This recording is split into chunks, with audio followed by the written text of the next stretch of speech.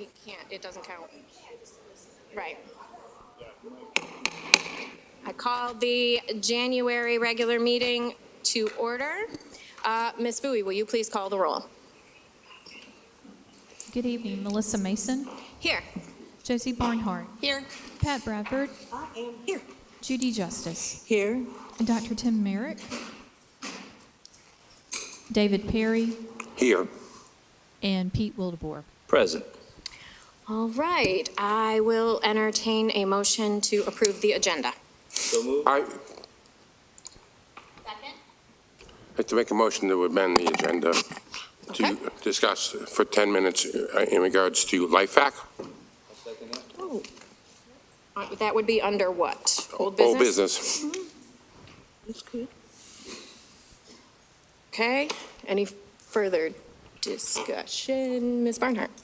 I would also, I don't know if this is appropriate parliamentary procedure, but to amend the agenda to add a letter of support of teacher raises under new business. This is the item that we discussed at the agenda review, and that's the one that Ms. Mason had sent out to all of us. So- Second?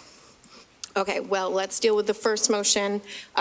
So any further comments on the life vac motion, adding that to the agenda? Hearing none, all those in favor signify by saying aye. Aye. Any opposed?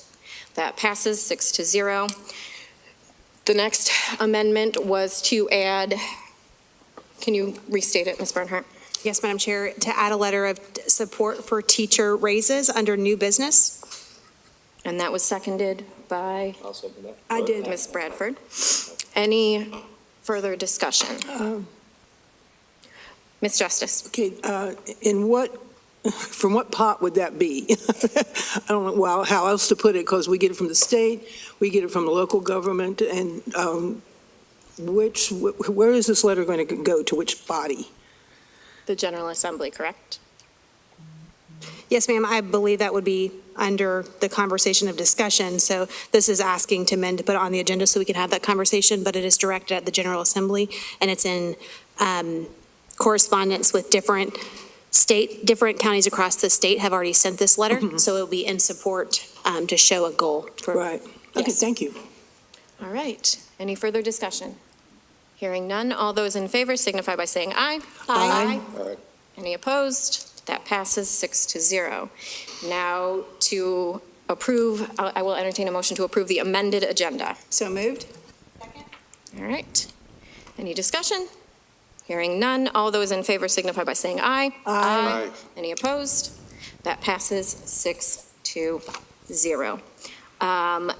Moving forward, we have the invocation, the presentation of colors, and the national anthem and pledge. The invocation will be given remotely by Reverend Gail Tabor of Salt Inclusive Methodist Church. The presentation of colors will be by the Laney High School AFJROTC under the direction of Colonel Amy Russo and Master Sergeant Bruce C. and Principal Danny Little.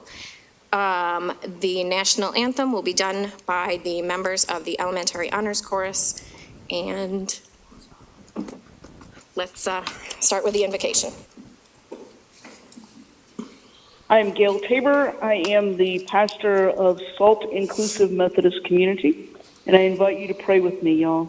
Holy One, today as we gather to do the work of providing for the education of all the children in New Hanover County, we first pause to remember to be grateful. We give thanks for the absolute joy of living in this beautiful place and for the beauty of your creation and our mandate to care for all that is in it, especially the children who are often seen as the least among us. We pray not just for the physical safety of all the students and teachers in our schools, but that we would be creating spaces where all are seen, heard, and appreciated, not just because of our differences, but because just as beautiful music is made and harmony comes from blending of different voices, so the beauty of humanity shines in our differences. Guide us as we face times of concern and fear, that our choices and our vision will be ever toward all, and especially to all of those who are most vulnerable. May the decisions made here be inclusive and equitable. Even when we have difference of opinions, give us a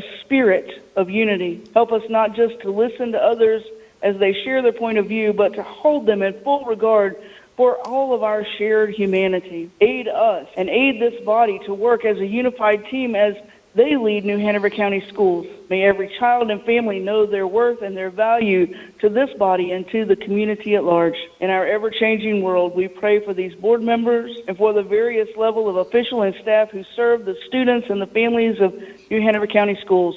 Bless this body with their decisions, that it would be a benefit to all those who work for, attend, or have a child or person for whom they care in New Hanover County Schools. We offer this in all the names of the one we call holy. Amen.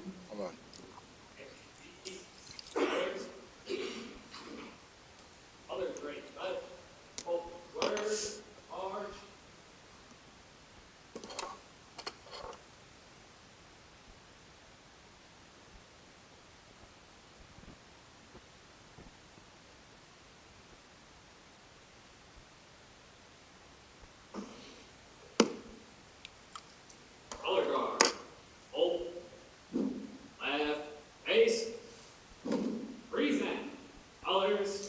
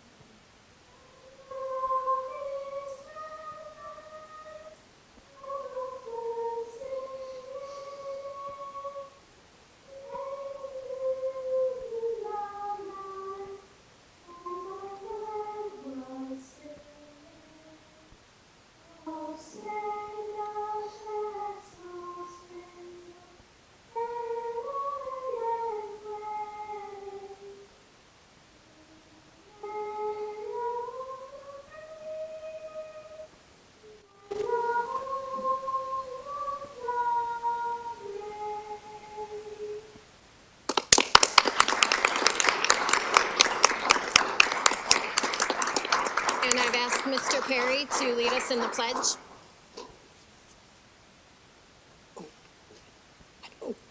I pledge allegiance to the flag of the United States of America and to the republic for which it stands, one nation, under God, indivisible, with liberty and justice for all.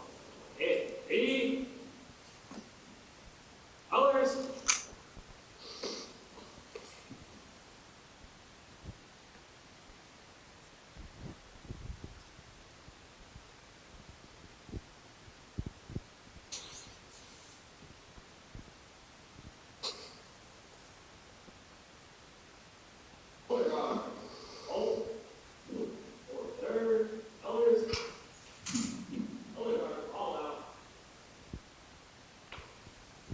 All right, you may be seated. I wanted to have you ladies, before you go sit down, just give your first name and maybe tell what grade you're in, okay?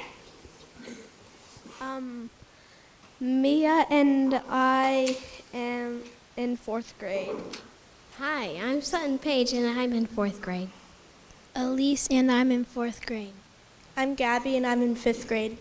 Nice job, ladies. Thank you. And can the ROTC students come back up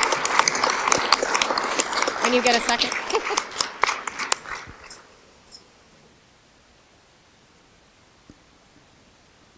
ROTC.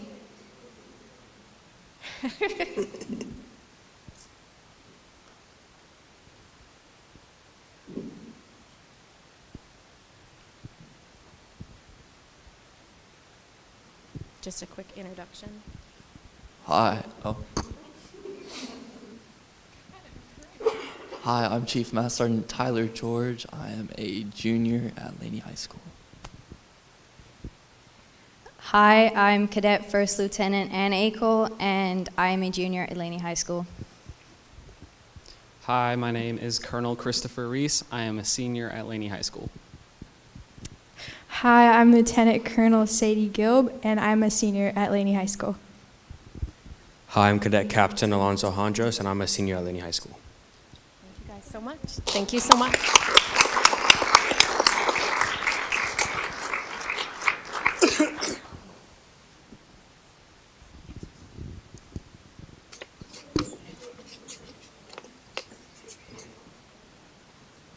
That's mine.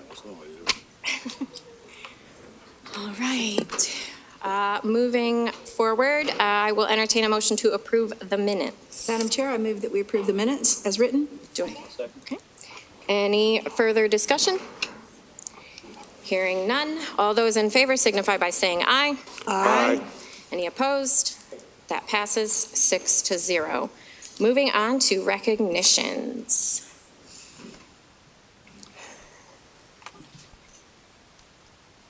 Wait till they finish the first one, then we'll go inside down. Good evening, everyone. It is with great excitement and pride that I stand before you tonight to celebrate a truly historic achievement. This past season, Ashley High School brought home the inaugural state championship for women's flag football. Flag football began as a pilot program in New Hanover County just last spring, and this fall, Ashley High School didn't just rise to the challenge, they soared above it. After reclaiming their district-winning title, the Screaming Eagles took it a step further and represented us proudly at the state level, ultimately bringing home the crown. This state title is monumental. It is the first ever state championship for any team sport at Ashley High School. This victory is a testament to the dedication, the grit, and the teamwork of so many individuals, the players who gave their all on the field, the coaches who inspired and guided them, the athletic trainers who kept them ready, and the families and volunteers who supported them every step of the way. A special shout out goes to Coach Lombardi, who led Ashley's team to its winningest season in program history this fall and lent his expertise and leadership to empower the flag football team to achieve greatness. This victory marks the beginning of a new legacy, not just for Ashley High School, but for our entire district. We couldn't be more proud of this team for paving the way and setting the bar so high. So let's hear it for one more time for the Screaming Eagles. Ashley High School, your hard work, heart, and determination have inspired us all. Please come forward to accept your well-deserved recognition. Congratulations, and wings up, Eagles.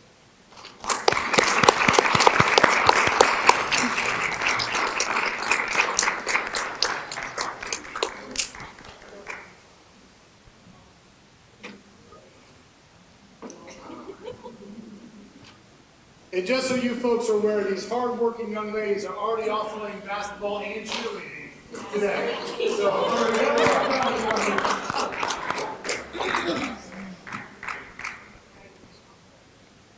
We can get everybody to scooch in. Make sure you. There we go.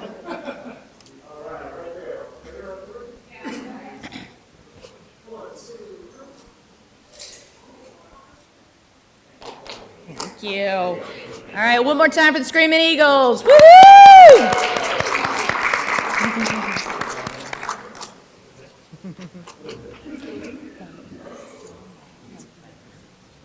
Why don't you stay? Anybody wants to keep going up and down? We've got one more for you. We've got one more for you. So at New Hanover County Schools, we take great pride in shining a spotlight on the incredible individuals who bring positivity, safety, and respect into our schools every single day. These are the people who make our school community stronger, brighter, and more connected. It's why we're thrilled to honor them each month with our Character in Action Award. Tonight, it is my absolute pleasure to celebrate someone truly extraordinary. Let's all give a big round of applause for this month's recipient, Victoria Hoover.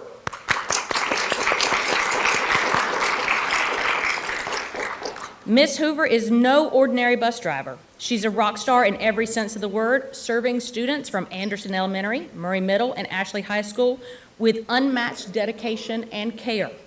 Every day, she goes above and beyond to make sure her students feel welcomed, valued, And yes, like the VIPs, they truly, truly are.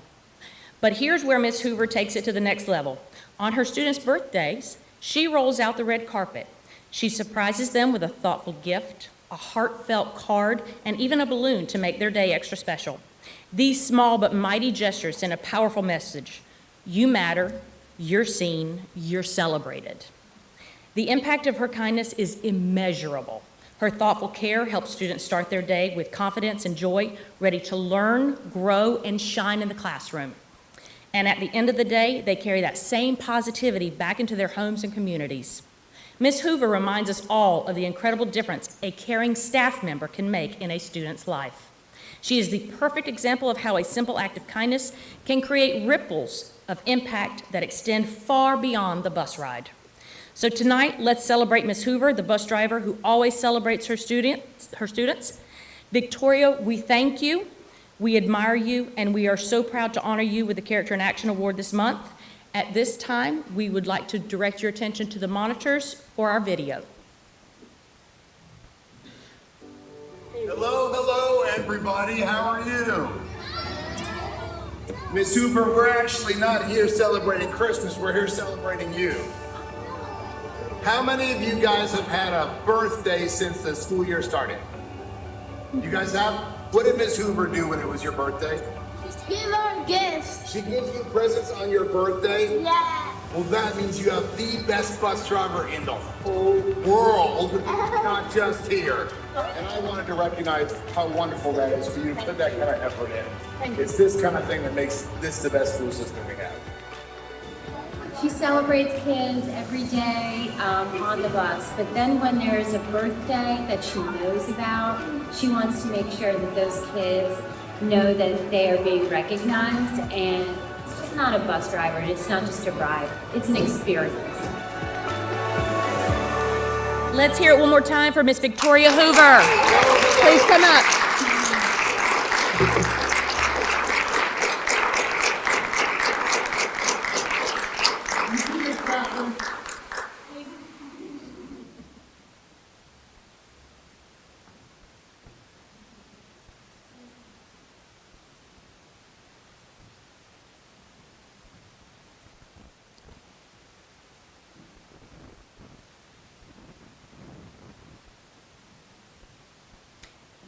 And we're going to get a nice little photo.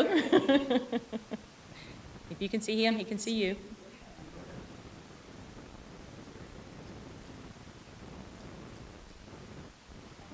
Thank you.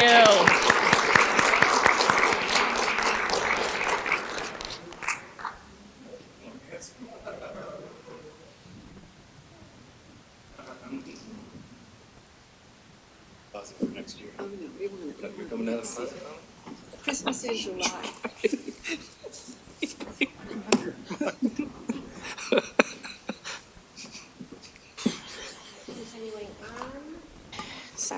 Continuing on, our student voice, our ambassadors were not able to make it tonight, but they did send a statement. Dr. Barnes. Yep. Good evening, board members. We hope you had a restful and joyful holiday break. The student ambassador team regrets that we are unable to attend this week's board meeting. We look forward to reconvening and speaking with you during the next board meeting in February. They wanted to say they really appreciate our continued support, and we look forward to our next opportunity to engage with you all. Thank you for your time and understanding. All right. And now teacher voice with Mrs. Amber Fallhaber. Please tell me I said that correctly. You're very close. Music teacher at College Park Elementary. All right, hello, I am Amber Fallhaber. I am the music teacher at College Park Elementary School, and for this teacher voice spotlight, I'm going to tell you about the drama club that we have at College Park. So, if you have experience with children, as many of you probably do, you probably have realized that from time to time, they can be dramatic. And at College Park, we are attempting to harness that energy and make it a positive. So I want to tell you about the history of our drama club. Picture it. It is the end of the 22-23 school year. I am at Dockside with some colleagues. It is a beautiful day, and we are just enjoying the weather and the promise of summer vacation being right around the corner.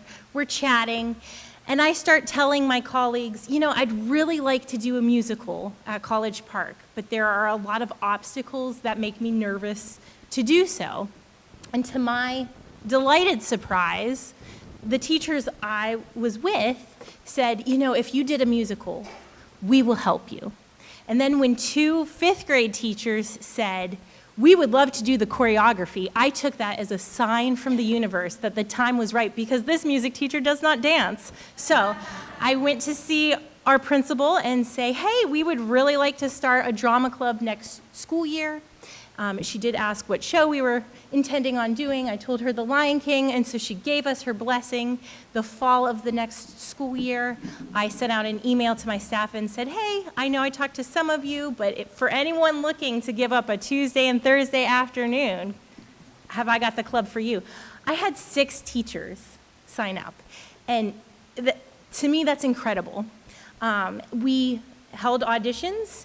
I had 26 students show up to auditions. We took all 26, and with a hope and a prayer, we began our rehearsals.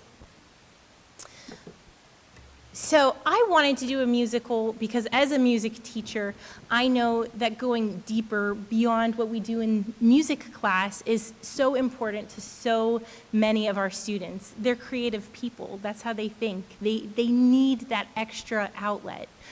But what we started to realize as we went about Drama Club is there's so many benefits to when you take classroom teachers and arts teachers and you pair them together. It really enhances the learning of both. And so I only have 10 minutes, so I'm going to share my favorites. Literacy. Not only are they reading a script and gaining new vocabulary, but they really have to have an understanding of their character. They have to analyze what their character's motivation is. They have to have a deep understanding of the plot. I tell them that our most important job is that we are telling a story. And even if our singing is great and our dancing is great, if the audience doesn't get the story, we have not completed our task. SEL, social and emotional learning, they are in grades 3 through 5, so they're not all in the same classroom. They have to collaborate, they have to come together as a cohesive team. And my favorite thing that the students gain is problem solving. If you think that it is possible for a musical to go off without a hitch, then you have never done theater, because every show something happens. You can't really predict what that something is going to be. I can't get on stage and say, okay guys, here's what we're gonna do. They have to figure it out on their own. They have to think on their feet. They have to keep the show going. And what's magical is they do every time. Now, Drama Club ended up being a benefit not just to the students, but to the adults as well. That group of teachers, we really came together as a team. I have 6 friends for life, and the teachers that are here again this school year, I didn't have to go ask them if they wanted to do Drama Club again. They came and found me. It's miraculous to me that I have these adults who are classroom teachers, and they are giving up their Tuesdays and their Thursdays. And not only that, but our community. Our show last year was sold out. We had parents calling the school saying, why aren't you showing it again for another night? I want to see the show, even if they didn't have a student in the musical. I had parents volunteer to help with sets, to help with costumes. I had a parent volunteer a Chick-fil-A meal so the students didn't have to worry about being fed in between school and when the show was. And so with that success of The Lion King, we are doing a show again. At the end of last school year, we gave the whole school a list of 5 choices, and I have to tell you, it warms my music teacher heart that Annie beat out Frozen. So, April 9th, yes, that I agree. I'm glad that I could let it go and do Annie instead. April 9th and April 10th is our show. If you would like to see it, please contact me and I will make sure you have a ticket, because I am sure that it is going to be sold out again, because we had so many kids audition for Drama Club this year, we didn't have enough room in Annie. And those 6 adults that I work with, I said, you know, what do you think if we do a smaller musical in December so the kids who aren't quite ready for the big musical gain some experience, learn what it's like to be on stage. And they said yes. So we just finished This Old Gingerbread House. They did a great job. We're looking forward to doing Annie. So I thank you for giving me this opportunity to give a spotlight on our drama club. I thank you for being a district that supports the arts. If you, though, want to go deeper, if you want to be like, drama club sounds like fun, if you want to help other schools, because I know there are other music teachers who would gladly do a drama club, but those initial obstacles, they're intimidating in the beginning. I don't have all of the answers, but I would love to help you find them. That is my contact information. I really believe in the power of putting arts with classroom teaching and what it does for children. Thank you for your time. Don't go anywhere. Board members, Mr. Wildebohr? I just want to thank you because I've seen, some plays at various schools and how it changes some students, that's their whole life. That's, the reason they come to school is to be in that play and to be part of it. And, you're setting the foundation for them. We may see them on TV someday or Broadway or something else. So just wonderful. Thank you so much for what you do. And Mr. Wildebohr will be auditioning for Miss Hannigan. We have a really solid Miss Hannigan, but if you want to come give her some help, you are more than welcome to do so. Any other board members? Ms. Barnhart? I just want to say thank you for giving our kids this opportunity. Could you expand on the 26th audition? Do we have kindergarten through 5th grade, or is it all upper elementary? It's upper. We do 3rd through 5th grade. Wonderful. Yeah. Any other board members? Being a drama geek myself, all through high school, I love that you're doing this with our younger kids. If I had been exposed to it earlier in my life, I'm sure I would have done it then too. I loved doing drama, and there was definitely always something that went wrong. And so problem solving was definitely a skill we had to learn. So thank you so much for bringing it to the younger generation. Thank you.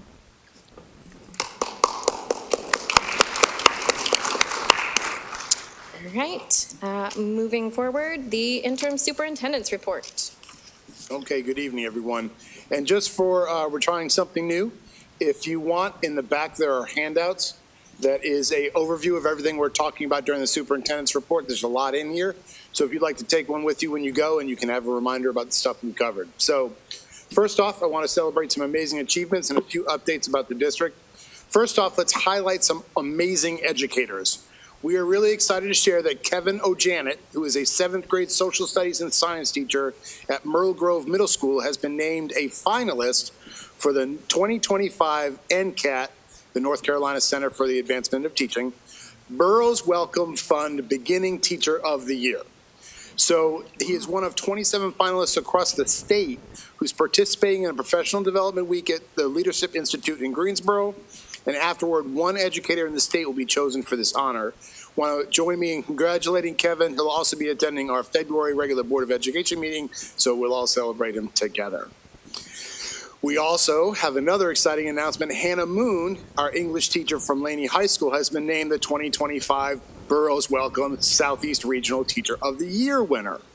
So Hannah will now represent our region as she competes with 8 other educators to be the Outstanding North Carolina Teacher of the Year Award, which will be announced this spring. So that's 2. One more, we get the hat trick. So a couple more important opportunities and updates for parents. We know that completing the FAFSA report, the free application for federal student aid, is incredibly overwhelming. We're offering several opportunities for hands-on help for folks who need it. January 24th from 6 to 7:30 at the NC Works Career Center. And again, if you take that handout, it's going to be there for you, these dates and times. February 1st from 6 to 8 at CFCC downtown, 2nd floor, room 212, and there'll be pizza. I'm not sure why that's here, but there will be pizza. March 11th from 6 to 7:30 here at the Board of Education Matters during our March Money Matters FAFSA and Scholarship Information event. So for those of you out there who've done the FAFSA before, you'll join me in saying it can be a nightmare. So come and get the support that you need to make sure that your kid gets the support that they need. So we hope that helps things easier for parents. All right, for our 8th, 9th, and 10th grade students, The application for signature programs is now open. This is an opportunity for students to explore specialized programs that match their interests. Applications are available on our website or through your school counselor, but the deadline is January 19th, it's Sunday at midnight. We're also excited to announce a career fair on January 21st at the Dale K. Spencer Building, two buildings back. We're going to run that from 9 o'clock to 1 o'clock, and we'll include the on-site support for applications and interviews. So if you know someone who's looking for a position, this is a perfect chance to grab one. As we are ramping up our plan for the 2025-2026 school year, I'm inviting input from staff and community members to help shape the superintendent budget priorities that will be presented to the board and to the county commissioners later this spring. So I'll be meeting here at the Board of Education Center where you're sitting right now, Tuesday, January 14th, a week from today. You guys know what you do on Tuesdays, just come here. Staff will be doing from 5 to 6 o'clock a meeting for staff, and from 6 to 7, anybody from the general public, stakeholders, parents, interested parties. It's an activity for you to help us share some of our budget work with you and help get input from you on budget priorities for the school system for next year. And then in the next coming weeks, I'm having the same meeting with principals, advisory committee members, teachers, and APs. January is National School Board Appreciation Month. So today we take a moment to express our heartfelt gratitude to the dedicated board members that are sitting beside me. Your commitment to working together, sharing your unique talents, and really devoting your time and energy to enhancing public education in New Hanover County does not go unnoticed. Thank you for the difference you're making in my life, the life of our students, and our community. And lastly, I want to express my gratitude for everybody who contributed to the Western North Carolina gift drive in November. In partnership with the New Hanover County Sheriff's Department, SRO school unit, every school in our district helped to collect gifts for students in Avery, Mitchell, and Yancey counties. And this was a way for us to provide Christmas gifts to those families who were displaced by Hurricane Helene. Together, we sent 7 pallets of gifts, an incredible reflection of our generosity in our community. Thank you to our maintenance team, our operations team, our purchasing departments, the SRO unit, and everybody who made this possible. Your kindness makes a difference in the life of kids. And I want to thank each of you for your dedication, support, and hard work. It's through these efforts that we create opportunities for all students around the state to succeed. Thank you, and I'm apparently sharing a video with you now.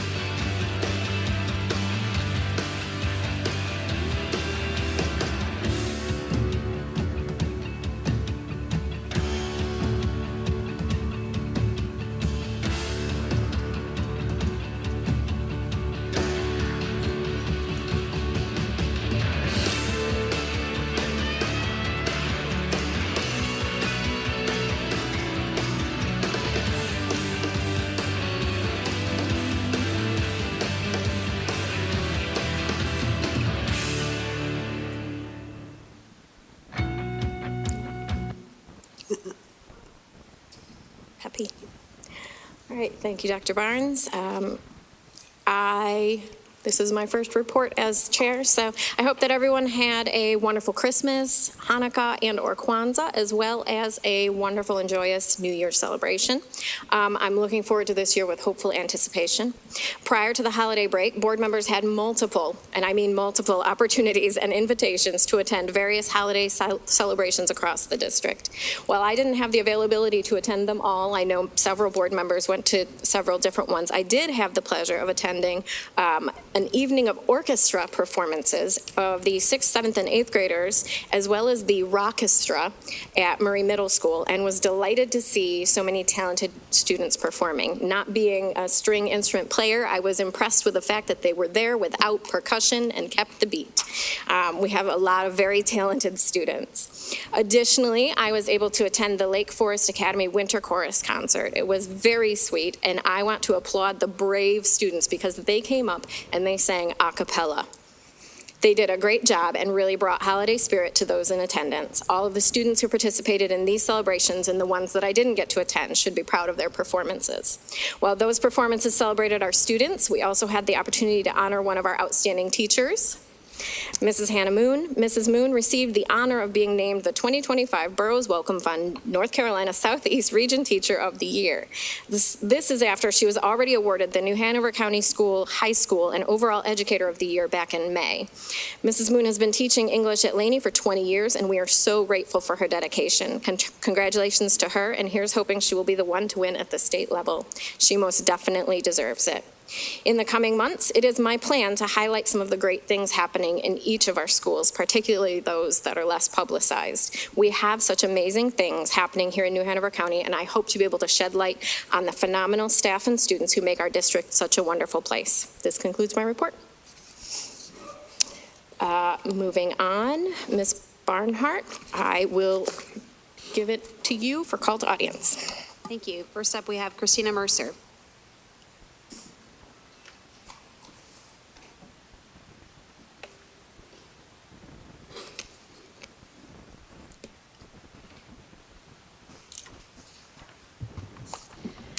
I was encouraged to see the board talking about the budget in the Finance Committee meeting yesterday. It appears you're being proactive rather than reactive this year, and I'm hoping the county commissioners become more receptive to the school system's needs. For years now, it has boggled my mind that the county does not want to invest in our schools and make them showpieces for the state. Wilmington was just recognized as the #1 city in the country for people to move to. Why would our elected officials want these new residents to arrive and then be appalled at how underfunded and starving our schools are? I've said in the past that the intention to fund to a minimum is a disservice to our students. We don't encourage students to achieve only barely passing grades. We want them to excel. In the same way, I expect the county to not begrudgingly fund the schools, but to proudly provide them with all they need. Also, I'm glad that progress has been made in communication between the central office and those in the schools and with the public. However, I do have two areas of concern: the decision not to live stream all meetings and the number of open public records requests.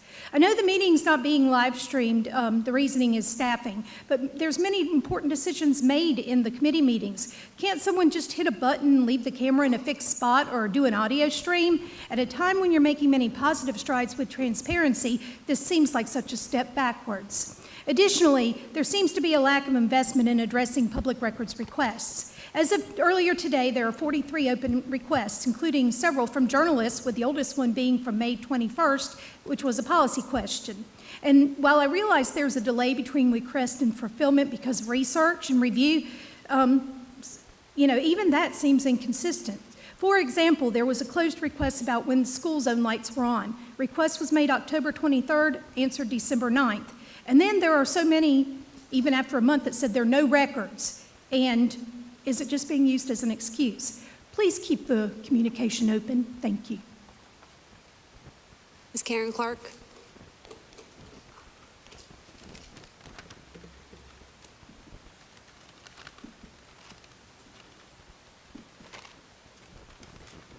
Jesus was consumed by his Father's business. Do not be deceived by the enemy's tactic to distract you. Every seat of power, realm of government, and authority exists through Almighty God and for his purposes. I pray in Jesus' name you implement the vision, remembering the call the Lord placed on you to protect the education of our children, that you set your mind as a flint on the prize before you. I pray you avoid empty and worthless words, for they simply add to the irreverence of those who converse in that manner, that you are never drawn into meaningless arguments. I pray your fruit is not contention, competition, and evil suspicions, but based on the truth of the Anointed One. May you be reservoirs of every kind of wisdom and spiritual understanding. I pray you walk in the ways of true righteousness, pleasing God in every good thing you do. Then you'll become fruit-bearing branches, yielding to his life, knowing God in his fullness. I pray you continue to advance our children with the truth wrapped around your heart, assured by God that he's the one who has truly taught you. Jesus declares, I make all things new. We don't need a new superintendent, but a school board made new to complete the vision that got you elected. A school board of light bearers in Jesus' name, standing firm on the truth of the word for our children. Amen. Thank you, Ms. Clark. Leslie Posey.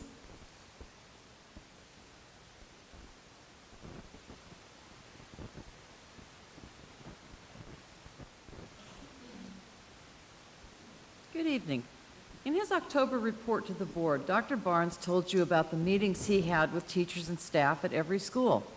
One of the most important issues he came away with is that there is a major lack of trust of the administration and of the board.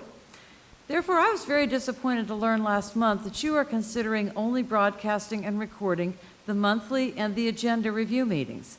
Letting the community and employees of New Hanover County Schools know what you are doing is a major part of establishing trust. Those who are working can't attend the community meetings and often watch them later, as I'm sure you know from the YouTube count that shows how many times the program was watched. There are many things that are discussed in committee meetings that are not presented in general meetings. The entire board simply voting on Policy 100 tells us nothing. If we are not able to see a recording of the policy committee meeting, we won't know what was discussed. Same with finance. The entire board votes on the budget. The community needs to be able to see the finance committee meetings to know what is discussed in creating the budget. As public officials, it is your responsibility to make sure we have access to those details. The reason given for this potential cut is staffing. Apparently, streaming and recording meetings takes members of the communication department away from their regular work. What regular work is that? Isn't communication with the community expected? When you restrict access to meetings to only those who can be here in person, it gives the instant appearance of attempting to hide from the public. What are you expecting to do that you don't want us to know about? What happened to the goals of transparency and trust? If you want us to trust you, you shouldn't hide. If you're hiding, we can't trust you. Thank you. Dr. Jamie Pond.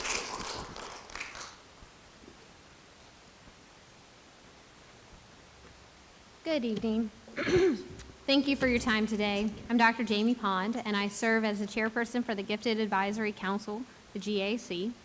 The GAC helps to support the academically intelligent and gifted students and teachers in New Hanover County schools. Our mission is to strive to provide children with an opportunity for a superior education in a safe and positive learning environment where they are prepared with skills to succeed. My daughter, who is in middle school, has been in the AIG program for the past 4 years, and she has found this program very helpful when it comes to being challenged, thinking outside the box, and making friends. Each year, the GAC visit 3 schools, 1 elementary, 1 middle, and 1 high school. Most recently, we participated in a site visit at the International School at Gregory, in which we met with the AIG specialists and AIG students. Meeting with AIG students during our site visit is such a wonderful experience. They tell us about all their exciting experiences with their program. The AIG specialist gives us an update on what they've been working on. Our next site visit will be on February 7th. I also want to highlight the continued need for the AIG program in New Hanover County, especially the need for an AIG coordinator. In addition, I want to note that our AIG specialists who work in our high schools split their time between 2 high schools, serving hundreds of kids. AIG specialists inform students about scholarships, volunteer opportunities, and help support our kids as they begin to think about going to college.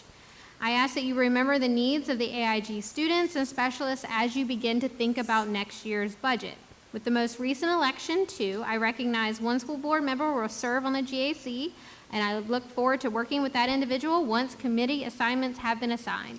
Thank you. David Wiley.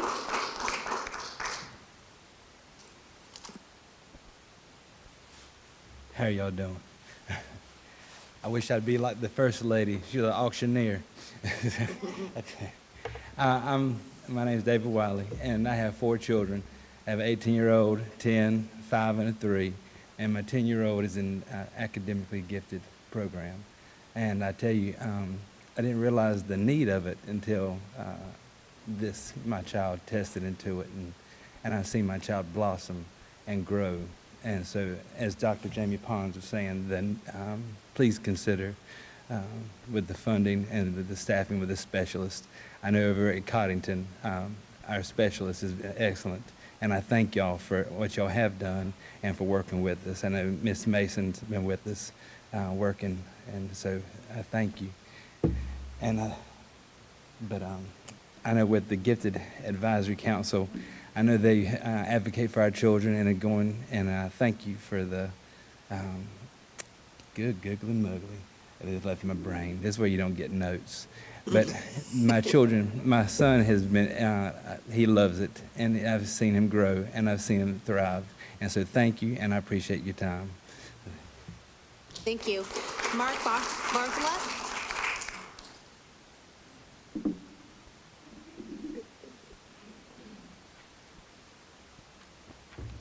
Good evening. I guess I make the Gifted Advisory Council hat trick right here. I'd like to describe a student for you. He's enthusiastic, maybe overly, about unique interests. He has difficulty connecting with same-age peers. His teachers notice that he walks around the playground by himself during recess. His high expectations of himself and others often lead to feelings of frustration or what appears to be a lack of empathy. He follows rules rigidly. Sometimes rules he creates, sometimes rules he imposes on others. He appears to have issues with executive functioning, but at other times he can do Legos for 10 hours. He's bothered by sounds, smells, tastes, touch, other sensory sensitivities that seem normal to others. These traits, described by the Davidson Institute, can describe a student with high-functioning autism just as easily as they can describe a student who is identified as highly gifted. Gifted students are special needs students. Yes, academic outcomes of gifted students are generally higher than other students. In the short term, these students need special support. Our AIG specialists are the front line of that support. When a parent or teacher has a gifted student who appears bored, disruptive, disengaged, struggling socially, lacking friends, our AIG specialists provide a window into the unique needs of this special needs population. They equip our teachers, support our parents, and enrich the learning and social needs of our children. Thank you for funding our AIG specialist positions this school year. I urge you to continue to fully fund these positions in the years to come and to rededicate funding to the AIG administrative position that we lost. Thank you. Thank you. Jennifer Mangrum.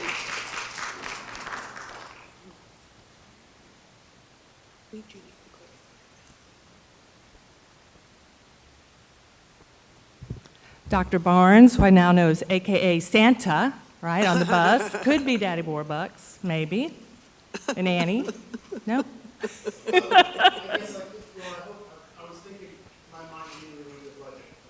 Oh, yeah. The sun will come out tomorrow. It's all good. To the school board, to any teachers or faculty or staff in New Hanover County that are here tonight or watching. My name's Jen Mangrum. I'm a former classroom teacher and a university professor in teacher education. Currently, I'm working with AFT to support and empower school employees and school communities. I'm here for two reasons. First, I need to thank each and every person in New Hanover County who gives time to our public schools. People like Mrs. Fallhaber, Mrs. Huber. This includes teachers for sure, but also bus drivers, teacher assistants, cafeteria workers, everyone in the school community. And yes, you in administration, your hard work doesn't go unnoticed. AFT is the American Federation of Teachers. We're the largest union and the fastest growing in the AFL-CIO. We're made up of teachers, paraprofessionals, public schools employees, etc. The second reason I'm here is because we offer real solutions for kids and school communities. I've learned so many things now that are going on in your district, but we want to work with you together. We believe in creating joyful and confident readers. We offer free professional development. In the past 2 years, we gave over 4,000 books to students in your district so that they could have home libraries. We offer free citizenship workshops for parents in our school communities who have trouble navigating the citizenship route. Recently, we had a report come out, here today, gone tomorrow, about the teacher crisis and the shortage. We must restructure our schools to create positive working and learning conditions for all. This could be treating teachers and school staff like professionals that they are, respecting employees and their time, trusting them. They deserve an increase in salary and benefits, and thank you for going on that vote I heard earlier today. But we also need to reduce the endless Thank you for your paperwork. time. Teachers Your need time real is up. planning time. Next is Reverend Kelly Wivers. Thank sorry. you. Thank you. Okay, we will move on to Michael Sheridan.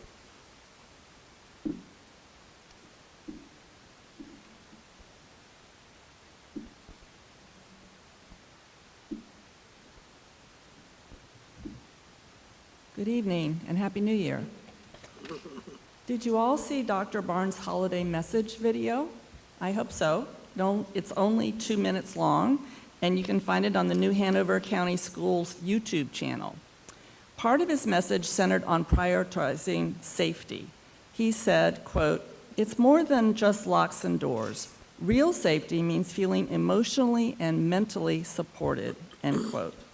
Dr. Barnes went on to say, quote, "It means that our kids can show up as their true selves, free of bullying or judgment, and know that they're surrounded by people who care," end quote.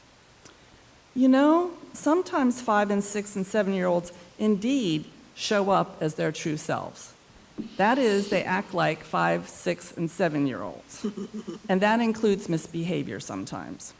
Sadly, Policy 4351 allows our youngest learners to be judged and punished by removing them from all the people who care about them. How can 5, 6, and 7-year-olds feel, quote, emotionally and mentally supported and learn better behavior when they are separated from their friends, their teachers, the counselor, the social worker, and other caring staff? If you are committed, in Dr. Barnes' words, to, quote, keep building a community where every kid feels seen, supported, and ready to shine, end quote, then stop suspending them and use the effective alternatives that you know about. As I have shared with you before, there is no research that supports the use of suspension as an effective behavior management approach. It's been said that those who are the hardest to love need it the most. Let's make 2025 a year where you love our children, and each and every one of them know that. Thank you. Thank you, Barbara Guerra.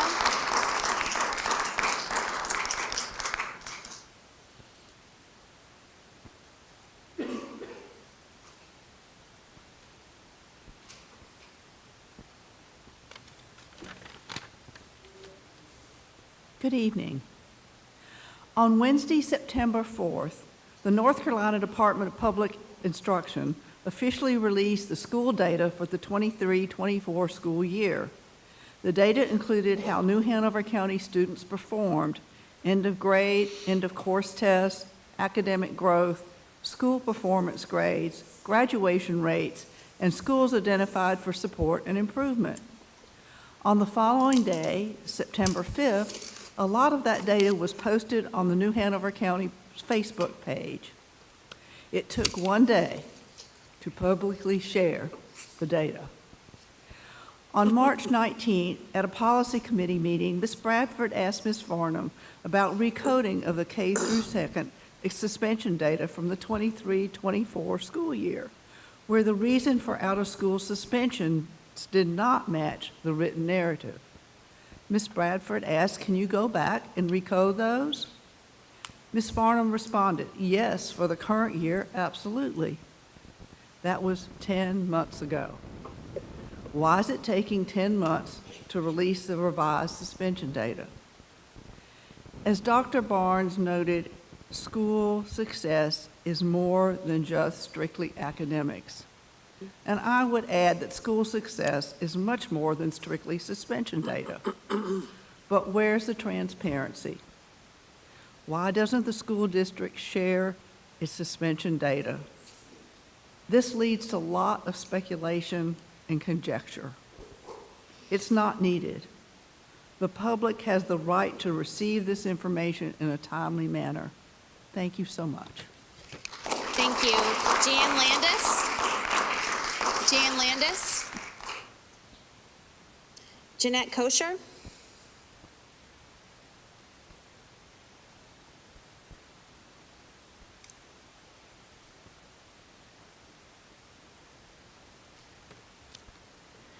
When was the last time somebody looked at the progressive levels of corrective responses for the 4,300 school board policy series relating to student behavior?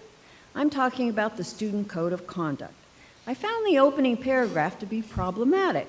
One sentence states, "The goals of assigning corrective responses and disciplinary action are to maintain a safe environment, maximize all students' learning, and improve students' behavior and problem-solving skills." So explain how suspending a 5, 6, or 7-year-old maximizes their learning. How does suspending a 5, 6, or 7-year-old improve their behavior? And how does suspending a 5, 6, or 7-year-old improve their problem-solving skills? Doesn't it make more sense to move a child who is in danger of hurting themselves or others to a different room in the school where they can continue learning with a highly qualified and certified teacher? How is a parent involved? Progressive levels 1 and 2 of corrective behavior also include a written agreement negotiated between the student, teacher, and parent. And while they're in that room, doesn't it make sense to have the child work on skills that will improve their behavior and problem solving with a counselor or social worker so that they can make a plan with their teacher to return to the classroom? Where's the humanity? It says I'd say it's time to revise the zero tolerance, one-size-fits-all code of conduct for 5, 6, and 7-year-olds. Thank you. Thank you. Veronica McLaurin-Brown. Veronica McLaurin-Brown. Loretta Stackhouse. Loretta Stackhouse. Oh, perfect. Veronica's here. Veronica's here? Oh, yes, ma'am. So Veronica, you're up. You were like right behind Peter in my angle, sorry.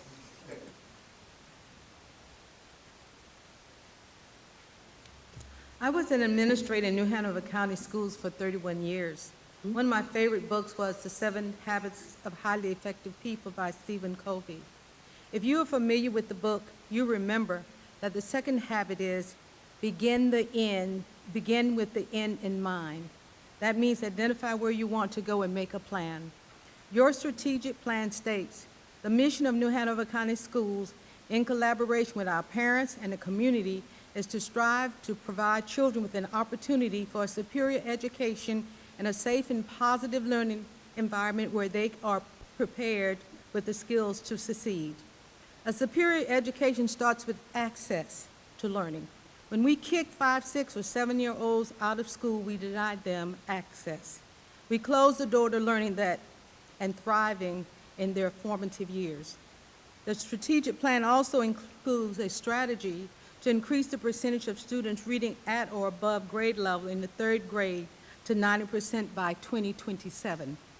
How will you meet that reading goal if you continue to suspend 5, 6, and 7-year-olds over the next 2.5 years? Do current discipline strategies support the mission of providing a superior education for all students or your 2027 reading goal? No, they do not. When you deny students the opportunity to learn, you fail them. And our 2020-24 North Carolina school report tells us that our students are failing. Failure is not an option for our children, and it should not be an option for you or for any of us. Thank you. Ms. Loretta Stackhouse.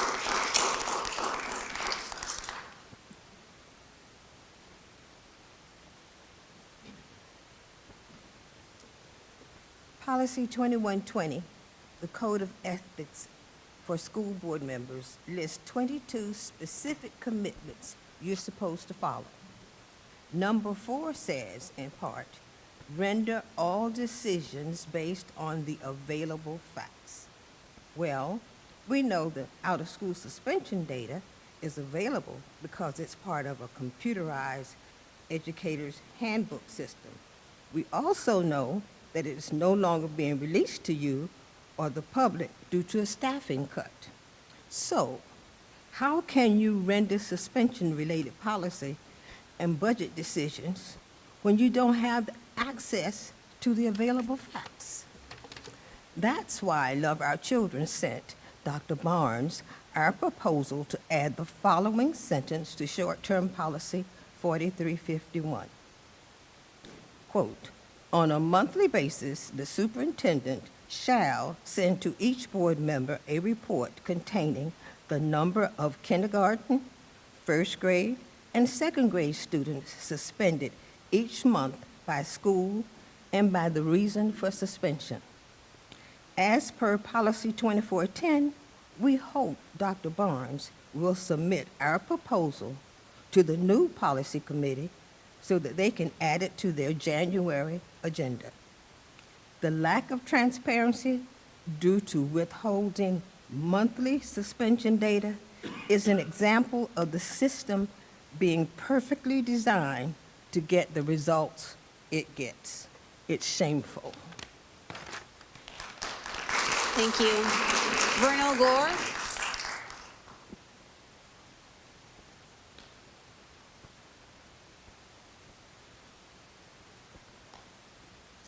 Good evening. My name is Vernell Gore, and I'm the Eastern North Carolina Programs Representative for Youth Villages, which is a nonprofit organization that works with youth and families, and we do serve New Hanover County. We see children and youth behavior in the context of child and adolescent development. We believe that the key to meeting that is the key to meeting their needs. Our mission statement is "One will do well if they can." We believe the struggle many youth face academically and socially is a matter of skill, not will. We purpose to see youth thrive in an educational environment which not only address the academic needs of the youth, but also identify barriers to youth being successful in their school environment, which also affects their community and home life. I applaud Ms. Varnum's recent announcement of 2 training opportunities for staff this year: the safe and civil school training and reframing behavior. I also understand you offer 15 training sessions in the collaborative and proactive solutions model 2 years ago. Reframing behavior and the CPS model includes some of those effective alternatives. I hope you will meet with the staff this month, listen to their ideas, and create policies that address the needs of our youngest learners. Thank you. Thank you. Alicia Ugandelli?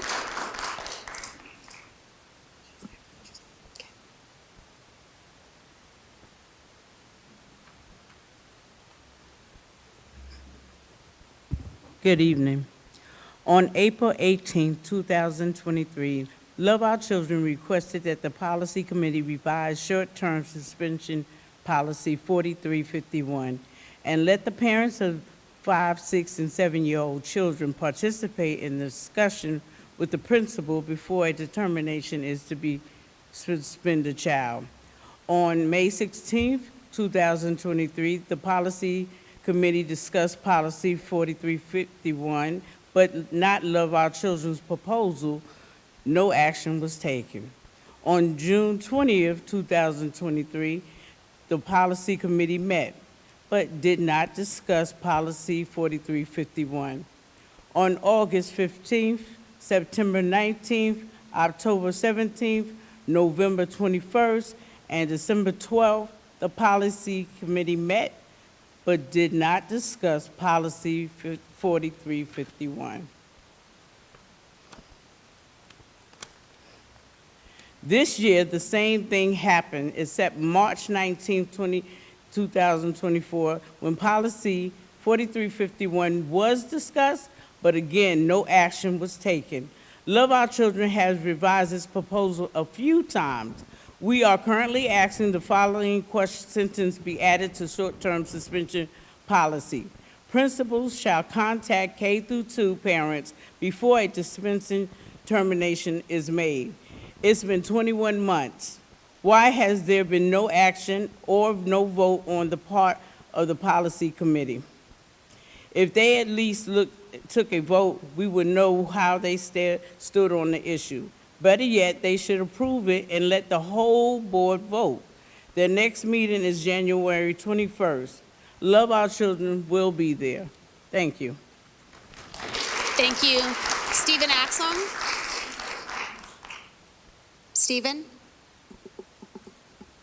And then Peter.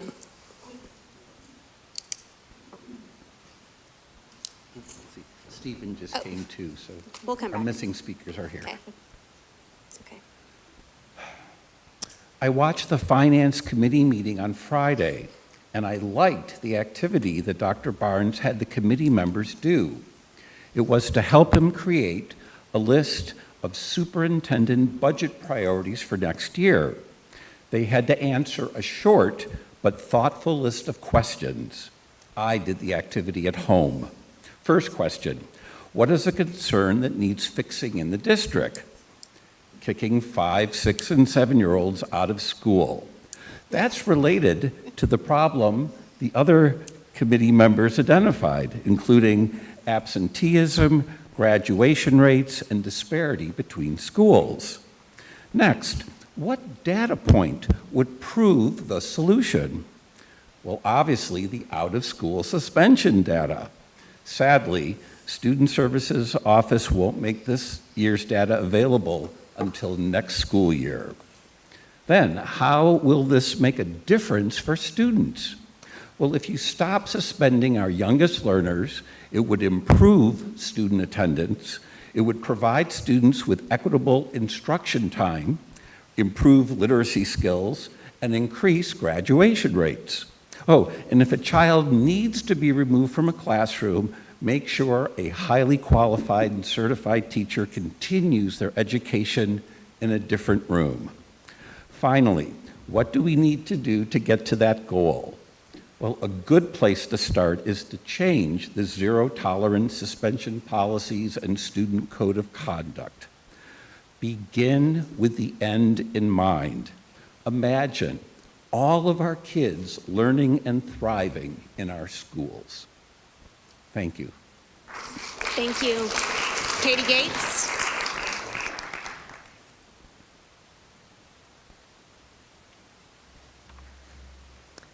Good evening, Board, and welcome new members.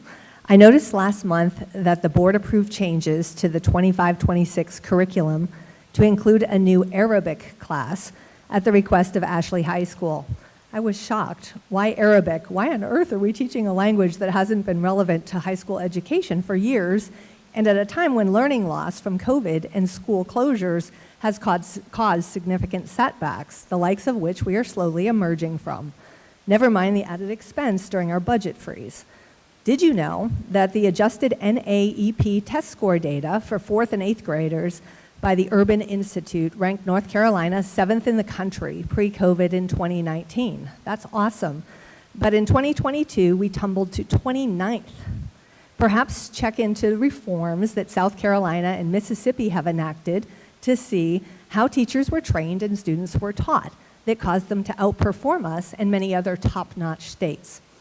And according to the NCDPI report card for New Hanover County schools, it's still sad to see that 43.6% of students are not reading proficiently, 38.2% are not English proficient, and 63.7% are not Math 1 proficient. I question why you would add a superfluous class like Arabic when students need structure and focus on classical reading, writing, arithmetic, arts and PE, and the like. Our national mandate is now America First. Our kids need to know the truth about American history and how to read, write, spell, and communicate effectively in English. When we can achieve that, then yes, let's do expand elective class offerings. Your Policy Code 3000 does list as its #1 goal that students develop sufficient ability to read, write, and speak the English language, where students have the opportunity to receive a sound basic education and graduate from high school prepared for work, education, and citizenship. Thank you.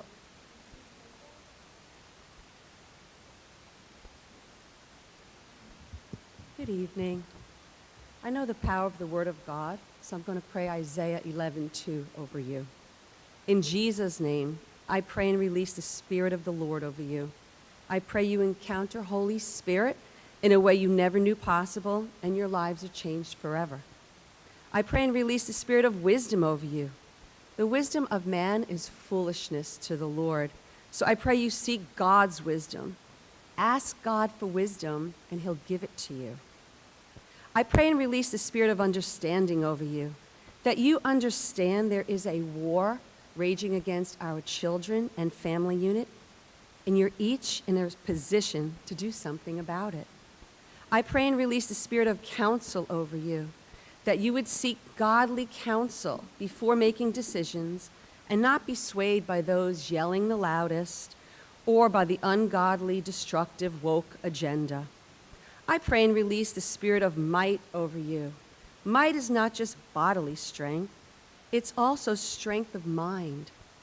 It's being brave and courageous. Actually, it's being fearless, not backing down from doing what's right in the Lord's sight. I pray and release the spirit of knowledge over you. God has perfect knowledge, so I pray you seek Him when concerns are brought to you, knowing truth and facts, and recognizing lies and deceit. And I pray and release the spirit of the fear of the Lord over each and every one of you, that you will have reverential awe for Jesus Christ, knowing that He is the King of Kings and the Lord of Lords. And again, it's in Jesus' name that I pray. Amen. Thank you. We'll go back to Miss Reverend Kelly Wheat Rivers.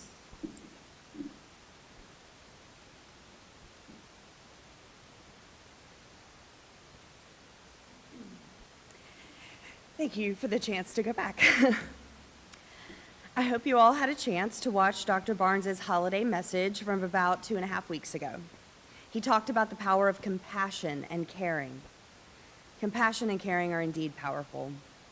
When children receive compassion and caring, they feel valued and included. They want to learn and they want to do their best.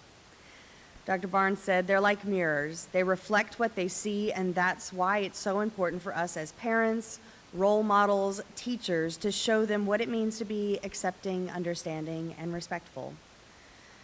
But I cannot agree that kicking out 5, 6, and 7-year-olds would possibly make them feel accepted, understood, and respected.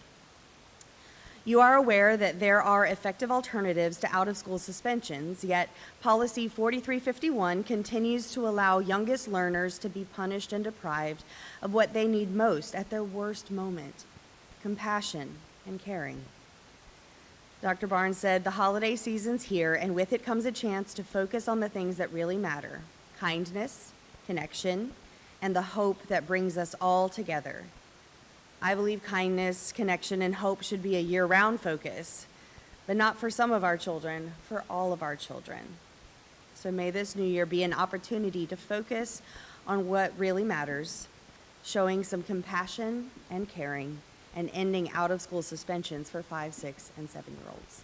Thank you. Thank you. Miss Jan Landis? Jan Landis?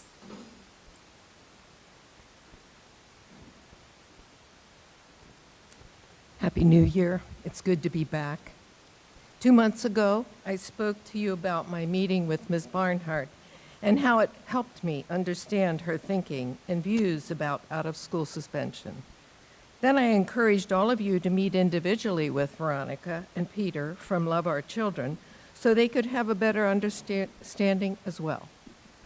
Love Our Children is asking for 2 additions to the policy 4351.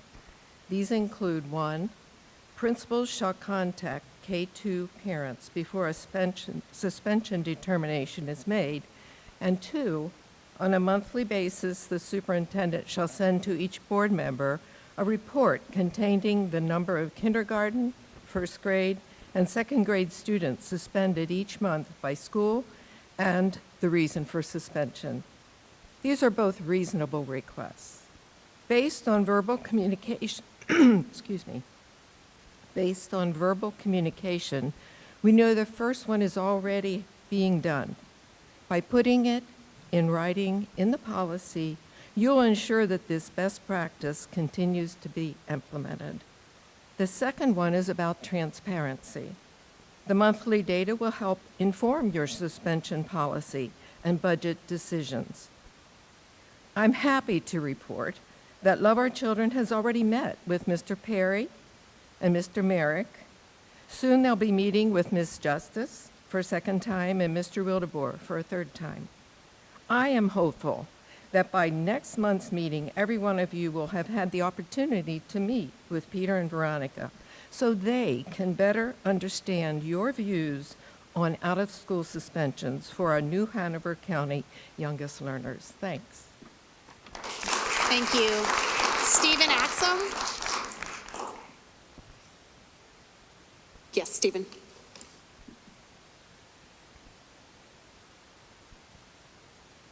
Hi, good evening, and Happy New Year.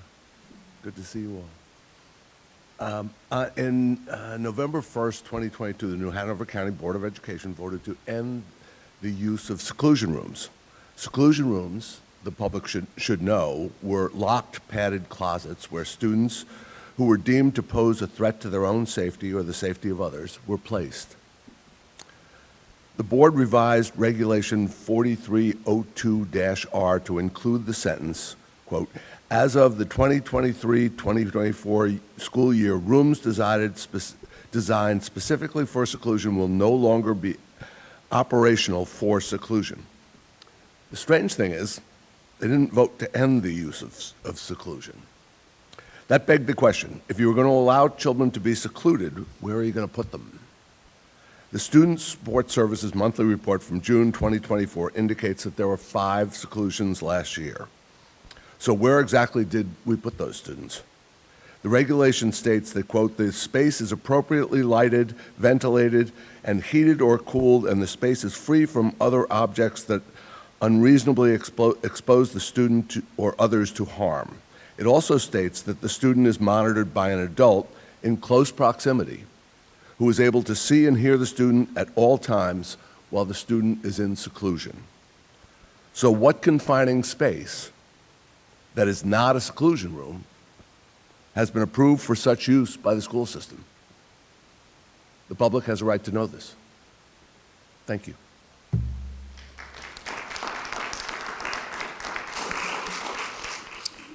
All right, board, does anybody need a restroom break?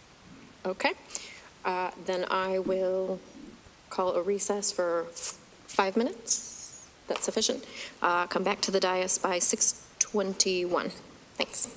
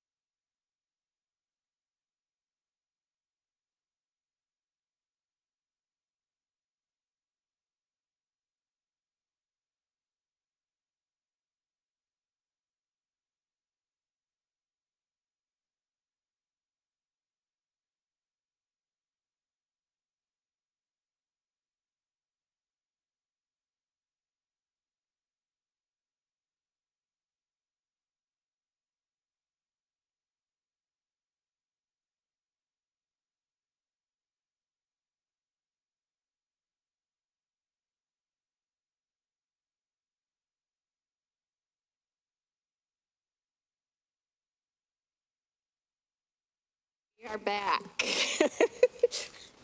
You can't hear me at all? I can hear you naturally, but not. Not on the mic. I'm a quiet person. All right.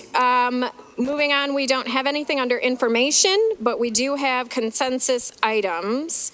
I make a motion to approve the consensus items. Thank you. Madam Chair, Yes, Ms. Bradford.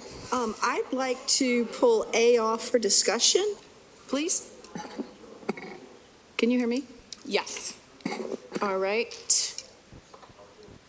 So, Will you second that? do I hear a second? Thank you. Any further discussion on item B? Mr. Perry. I have a question as far as the financial software. I believe that, let me see if I can find that piece of paper. I Is his had mic it. on? Make sure your mic is on. Oh, this is that the $155,000 from, maybe Ms. Sutton can answer this.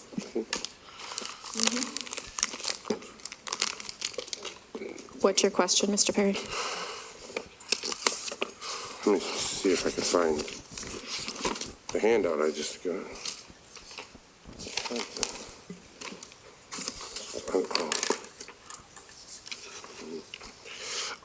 Was that for the $155,000 for the financial software? Is that for 2 years of licensing, or is that per year? It's for 5 years. That amount covers 5 years. It's around $30,000 a year. Okay, so what's 5 years right on it. That's my question.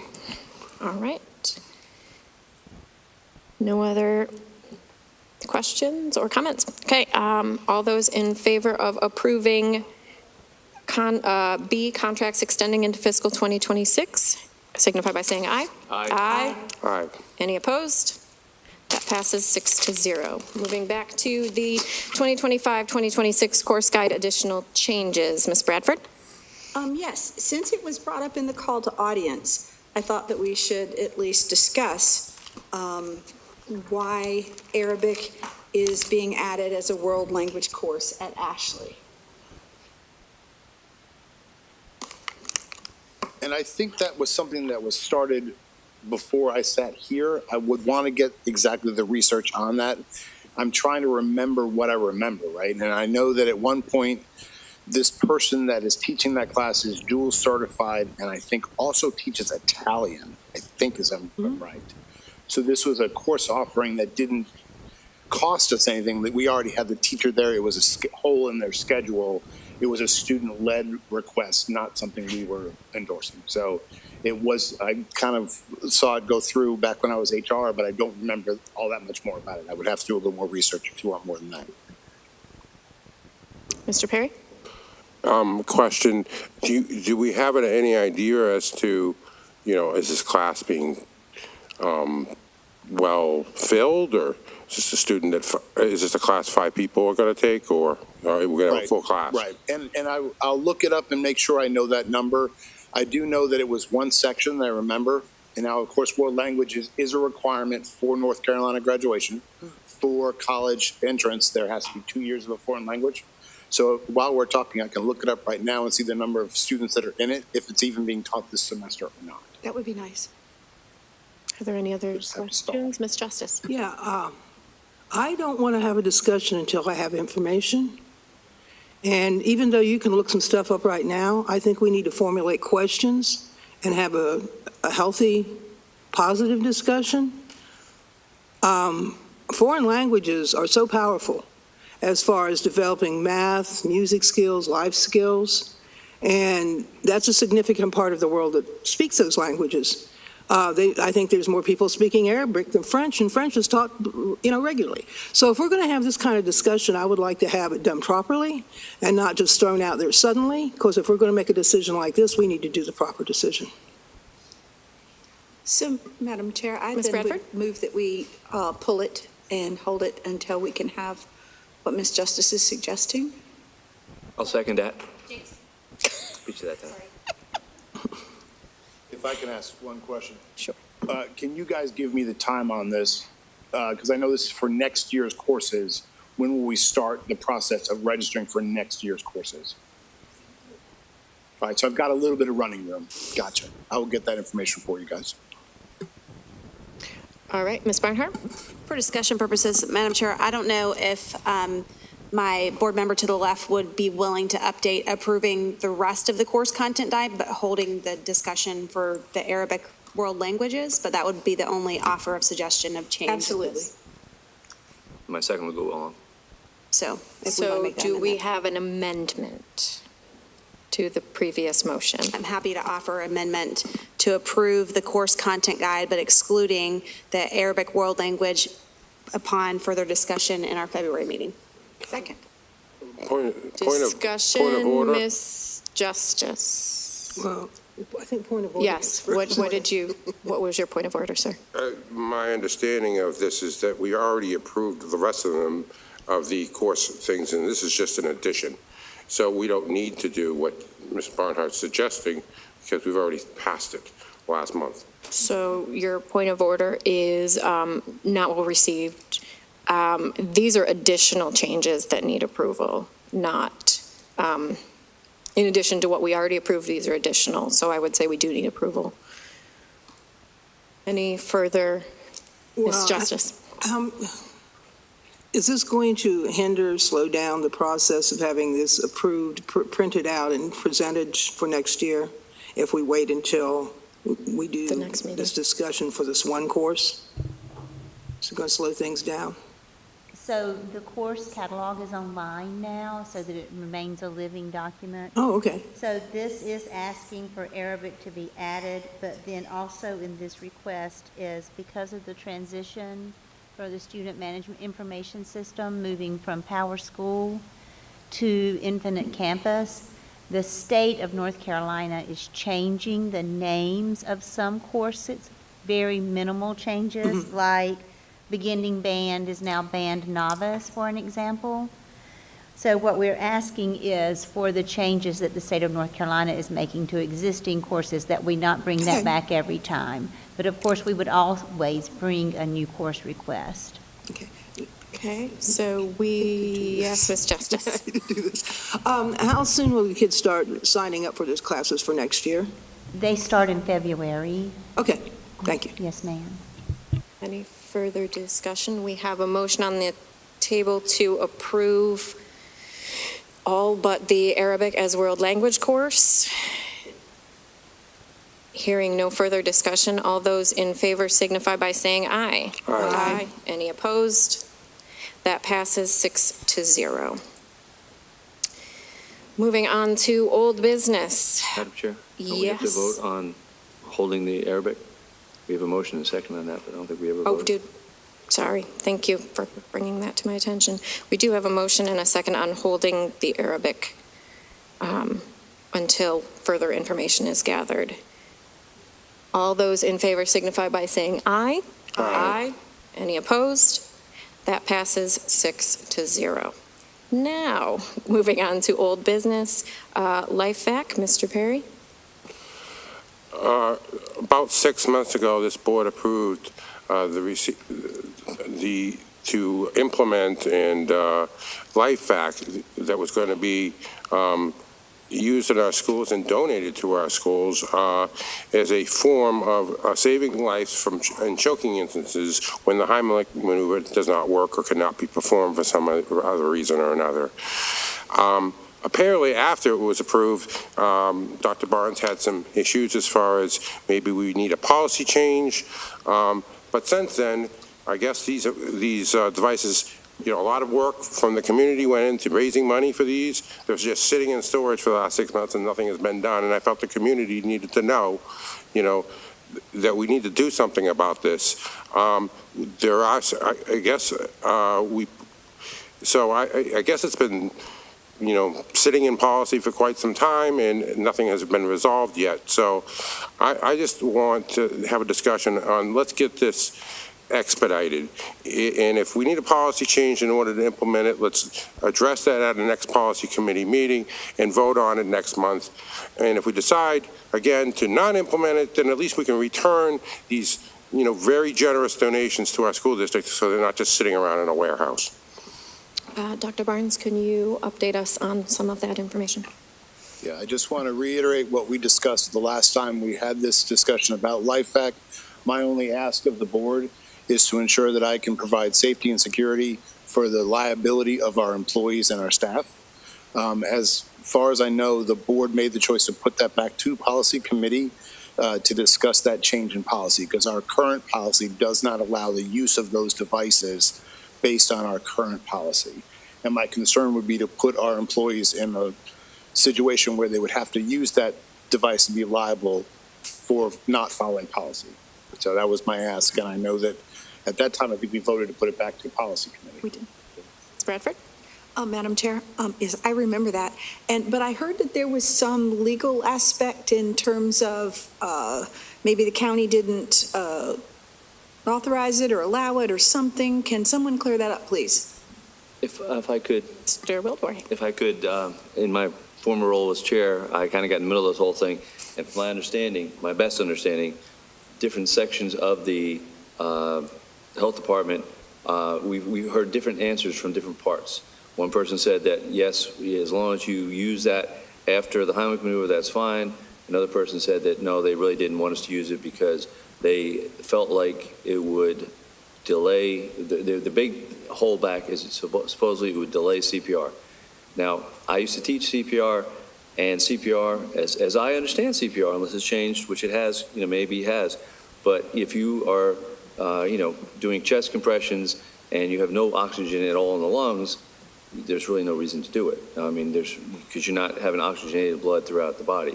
I'm not a medical expert. I'll say that on camera and everything like that. Definitely not. But my understanding of CPR is the idea is you have oxygenated blood circulating. So if you have a choking situation, you're not going to get any oxygenated blood, I wouldn't think, around. So to me, it would make sense that, but I think we should defer to our attorneys, and maybe they can work with policy and get whatever we need to do to protect. I totally understand what Dr. Barnes is saying. We want to protect our nurses as well as our teachers that may be using the devices. But whatever we need to do to be able to protect them. Maybe, or if it's okay with you, Madam Chair, that we could ask our attorneys to. Yes, Mr. Kromke. Okay, thank you, Mr. Wildebohr. I've basically dipped my toe in the water of the LifeVac device. At this point, I do think it would require a policy change from the board. I've reached out to 2 local emergency room doctors. Both of them were rather ambivalent on it. I've reached out to the New Hanover County Health Department and the nurses, the nurse supervisors who are in charge of our school nurses. From what I understand from those conversations, our nurses would not be allowed to use those devices. Sitting here today, I'm ambivalent about whether or not we should implement protocol. I have a packet available of information in law pertaining to our staff giving medical assistance in emergency basis. I'll present that to the board. And you can look at the law, you can look at our own New Hanover County Schools policy. The closest thing I could find in our policy was, I think it was 6127, pertained to EpiPens. EpiPens not being prescribed by a doctor, but being on hand for the child who, for the first time, develops an allergic reaction on grounds. And that addresses the aspect of our personnel, whether that be a teacher or lunch personnel giving emergency care or medicine, or I shouldn't say medicine, emergency care to that child. I think this LifeVac device has mixed use based on mixed efficacy based on the studies that I've looked at preliminarily, very not heavily. I think we should, as a board, continue to hash this out. Just because something has been given to us, I'm not sure right now it's right. I do notice, I note there are state laws. We can't force our personnel to take emergency saving techniques or training. They can do it voluntarily, and I think if we adopt this policy, we would have to somehow consider volunteers, people who want to go get the training, who want to possess the device. But at least initially, I think we do need to look at it a lot closer than what we have. And again, I'll present all these materials to you after this meeting. Mr. Perry? Mr. Do you believe that you?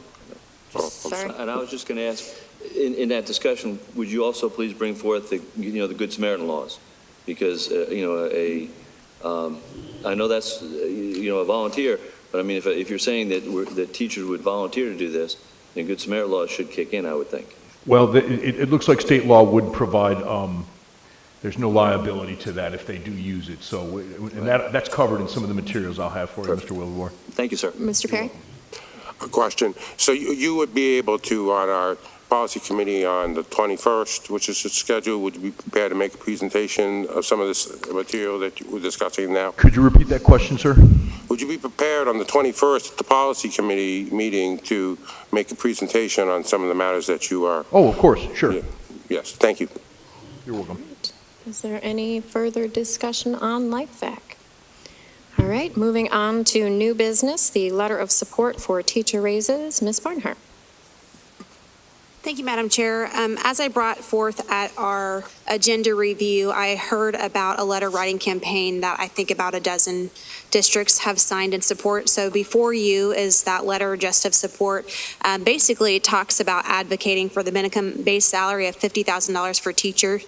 Here in New Hanover County Schools, we have a phenomenal supplement we're able to offer our staff. I think we're top 4 in the state for pay for that, but this would not only talk about beginning teacher salary, but an increase of at least 5% with a minimum of both certified and non-certified staff of at least 5%. We have created our legislative agenda, and I don't think that this misaligns with it, but one of the focus that after getting feedback from board members and from our staff, the target focus of increase that we as New Hanover County Schools wanted to focus on was that gap that currently has no increase in pay, which is that 15 to 25 year stint.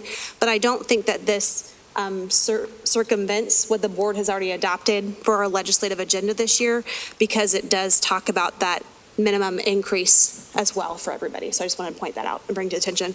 But my recommendation, and I would make a motion to approve this letter of support just so that we can send to the General Assembly. I'll second that. And Ms. Bradford, I saw you had your hand up. I would agree to approve, but a housekeeping item. Okay. Representative Tim Moore is no longer our see that. speaker. He was sworn into the U.S. Congress on Friday, so we would need to correct that little part. So I would move to amend that with that correction. I'll second that amendment.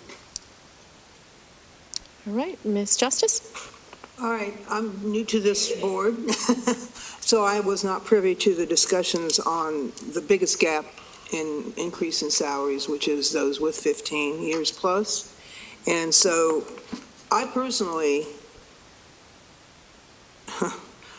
would like to know why we're just focusing on beginning teachers, and why that, even though apparently we have and we should be asking for an increase for all, and especially those who have worked the hardest and the longest and the most needed and are getting the least, why they're not on here. I think you gave me an explanation, but I'm not sure how that works. Dr. Barnes, did you want to speak to that? Yeah, a couple of things. I think that's a really valid point, because the way that plateau from 15 to 24 happened is because they increased the beginning teacher salary and compressed everybody else. And they didn't really raise everybody an equal amount. So I think one of the questions might be whether or not, and don't get me wrong, this is needed, right, for our staff and our teachers and our employees. Absolutely. But it also needs to be recognized that that same percentage of increase needs to happen all the way down the line. Please refer to Ms. Barnhart? Thank you, Madam Chair, and fellow members of the board. Please refer to paragraph 4, and there it addresses that, and that's what I was trying to speak to. So my apologies for not making things clear. It says calls for a pay increase for both certified and non-certified staff of at least 5%, with a minimum starting salary of $50,000. So that is addressing what we are all talking about, and we all want to advocate for. Madam Chair. Mr. Perry? Yeah, so I thank you for pointing that out.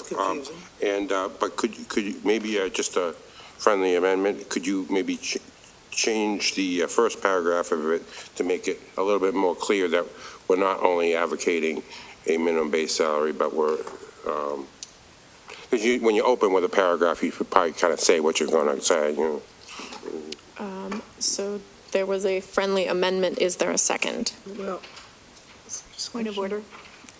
hello? Yes, there's no such thing No as a such friendly thing as a amendment. friendly amendment. Well, I'm asking for it to agree with. Okay, hold on. Getting through the logistics. So no friendly amendment. So that's dropped. Ms. Justice. I'm not even sure what a friendly amendment is. And thank you very much, Mr. Perry. I really don't see the need for the second paragraph. I think that the paragraph, the 5% across the board is sufficient enough. We need to recognize our teachers. And if, as a district, we need to support those teachers too. The beginning teachers would be allowed also to benefit from that paragraph being in place without, I just don't see why we need that one paragraph of the 3.8. I think we just focus on getting it across the board, 5% for everyone. Ms. Bradford? If my memory serves me, we are tagging on to an effort by another district or districts.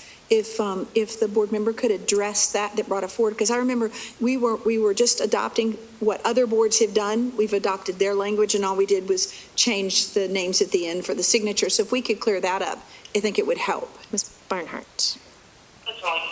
Thank you, Madam Chair. My fellow board member is correct in stating this is a letter-writing campaign. Multiple districts have already signed on to this, so it is. I have already made a motion, and it's not my intent to change the letter. It's to show support that we not only want to have an increase for our base salaries, but also for our certified and non-certified staff of a 5% increase. I support that, and so while if we want to critique this and change it, if it's the will of the board, that can be done. I believe it needs to be passed as is. Thank you, Madam Chair. And Ms. Barnhart, if you could remind me, when does General Assembly meet up again, and how soon do we have to have this signed? I believe swearing in is tomorrow, and they'll start meeting as early as next week. So this is a pretty urgent need. Ms. Justice, and you'll close us out. I'd like to amend to the amendment. I would like to strike the second paragraph, move the fourth paragraph up to the second paragraph. That's what I would like to amend the letter in that manner. All right. And need a second. Do I hear a second? Hearing no second, that motion does not get voted on. We do have a motion on the table to... Sorry. Dr. Barnes. Can I make a mistake? Go ahead, Dr. Barnes. So I'm going to talk out on both sides here. So all the experience I've had being the tug of war rope recently. First things first, I would like to be able to write a letter as the superintendent to accompany this letter, because I think there are some significant funding issues that are needing to be addressed, and I'd like to be able to have all 8 of us be collaborating together. I do want to also make sure we are aware of the potential budget implications of a move like this, because we do have a number of our staff who are paid locally or federally. Mm-hmm. And while every teacher and every staff member who works here, certified, classified, everybody needs more, and they need to be paid appropriately for the work that they do, that needs to come with additional funding. Mm-hmm. It's not just, you can't say, okay, we're going to raise it and hope everybody's okay with that. The state needs to also recognize the fact that every district I know has some portion of its staff paid locally or federally, and they would also need to supplement the funds needed for those people too. So I think that might be in a letter. I could send too, but I think we need to make sure that we're aware that there are those implications that come with that. Mm-hmm. Mr. Wildebohr. I would think that was a very great idea, and I think that I don't know that you would need our permission to do that. I think you can do that. Good point. Yeah, I think you should just do that. I think that's a great idea. That's going to come back to haunt you one day. Oh, yeah, already has. So I would go ahead and call the question, please. So the first that we need to vote on is the amendment to remove Tim Moore from, there was. Oh, good. There was. To remove Tim Moore from the heading and the Madam Chair, point of order. heading. Yes, ma'am. Since Member Wildebohr said, call the question, we have to vote on call the question. Right. This is but the first thing we have to vote on is the amendment. Because. We have to vote to call the question. In other words. Okay, is there a second for call the question, or is there needed a second? Further I'll discussion? second. Okay. So all those in favor of ending discussion and calling the question signify by saying aye. Aye. Any opposed? That passes. opposed. Oh, that passes 5-1. Now, the amendment to remove Tim Moore from the heading and the greeting. Can I ask a question on that? Yes. Ms. Barnhart, do you plan to, or whoever made that, I guess maybe you did, would you like us to wait and put the new person's name in there, or just send it to? If you just take more out, it would say Speaker of the House, and it would be perfectly acceptable. You would have to take it out. That's not going to get selected until tomorrow. Yeah, so Very good.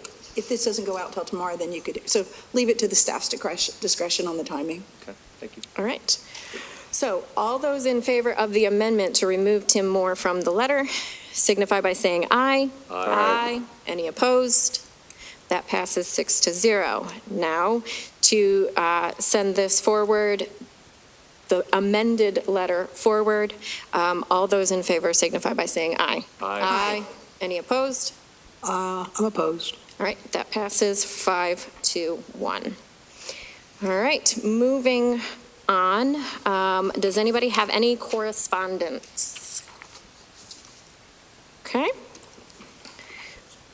Announcements. Policy Committee will meet on Tuesday, January 21st at January 21st at 10 a.m. here at the Board of Education Center. The general public will have the option to view remotely on YouTube. We do live stream the Policy Committee meeting. The Board of Education will hold an agenda review meeting on Tuesday, January 28th at 2 p.m. Board of Education Center. General public will have the option to view remotely on New Hanover County Schools YouTube. The Board of Education will hold the February regular board meeting on Tuesday, February 4th at 5 p.m. Board of Education Center. General public will have the option to view remotely on New Hanover County Schools YouTube. Madam Chair, Yes, Ms. Bradford. one has been left off. The next Finance Committee is this month, and it is Friday, February 31st. Same time, same station. February and it- 31st? Yeah, January 31st. Oh, sorry, yeah, January 31st. There is no February 31st. And it is live streamed, as was the last one. 12:30 to 2, sharp. All right. I am going to call for a motion to go into closed session for the following purposes. Pursuant to General Statute 143-318.11C, to prevent the disclosure of information that is privileged or confidential pursuant to General Statute 115C-402 and not considered a public record within the meaning of Chapter 132 of the General Statutes, to prevent the disclosure of student records rendered confidential under the Family Education Rights, to consult with an attorney in order to preserve the attorney-client privilege between the attorney and the board, to consider the qualifications, competence, performance, character, fitness, conditions of appointment, or conditions of initial employment of an individual employed or considered for employment with the school system, or to hear or investigate a complaint, charge, or grievance by or against any individual employee, and to consult with an attorney in order to preserve the attorney-client privilege between the attorney and the board, including with respect to John Doe's 15-17 versus New Hanover County Board of Education. Do I hear such a motion? I'm glad All you did those answer to in me. favor signify by saying aye. Aye. Any opposed? We are now in closed session.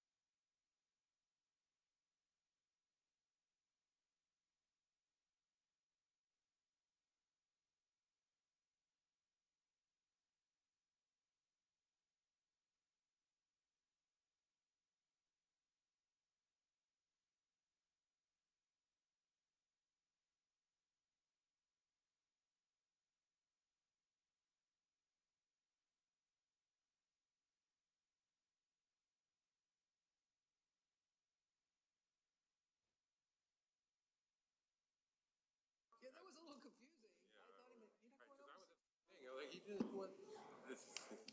go high. Now I get it. Now Wayne used to bring in money, that's the best thing he did, he was a corrupt crap, but Wayne was bringing in those fees. He was part of the sexual assault cover-up. Not my favorite person. In fact, we're gonna have to deal with that this summer. The documentary comes out. Original, dude. Come on now. Come on now. All right. We are back in open session. I will entertain a motion to adjourn. Motion to adjourn. Second? Mr. Wildebohr. Yes, ma'am. Call the question. Discussion on this Stop it. historic moment. All those in favor of adjourning signify by saying aye. Aye. Any opposed? That passes 6-0. We are adjourned.